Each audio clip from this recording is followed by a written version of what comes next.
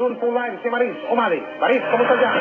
Mike, narito pa rin ako ngayon sa Pedro Cruz Elementary School sa precinct number 132B na kabilang sa cluster 35 kung saan kaboboto-boto lamang ni dating Pangulong Joseph Estrada. At sa ngayon ay medyo humupa na yung bahagyang kaguluhan dahil nga nakaalis na ang dating Pangulo.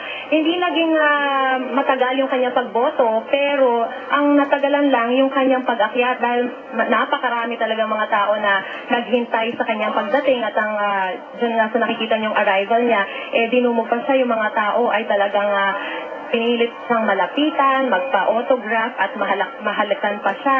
At yun nga, yung iba sa mga botante rito, kahit natapos ng bumoto, ay naghintay pa. Yung iba naman, hindi pa muna bumoto para talagang makita muna siya sa kanyang pagdating.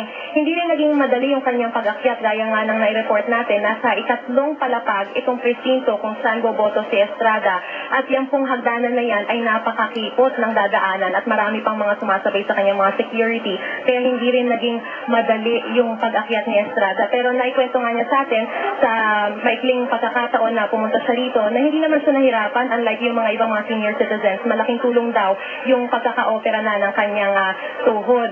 Pagdating naman dito sa ikatlong palapag ay hindi na siya kinailangan pumila dahil pinasingit na siya ng mga tao rito at agad siyang pumunta sa BEI para ma-check yung kanyang pangalan sa EDCBL at naroon naman kaya binigyan siya agad ng balota.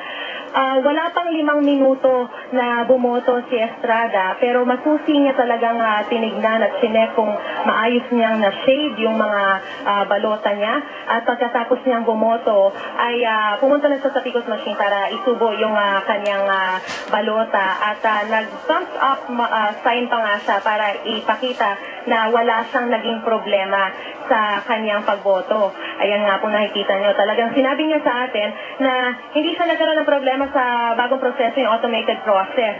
At nagpapasalamat daw siya kasi dito sa same presinto rin na ito, nagkaroon ng aberya kanina na may mga iniluwang mga balota. Pero maswerte raw siya dahil agad tinanggap ang kanyang balota. Kasama niya, Mike, ang kanyang mga security, ang kanyang anak na si JV Ejercito at si Manong Ernie Maceda.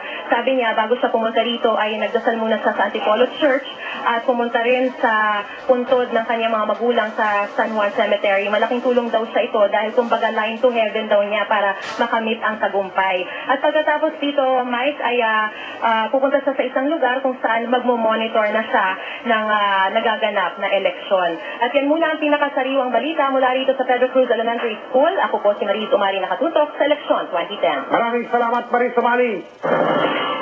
Sinipin ang mga Visayas, mga kapuso.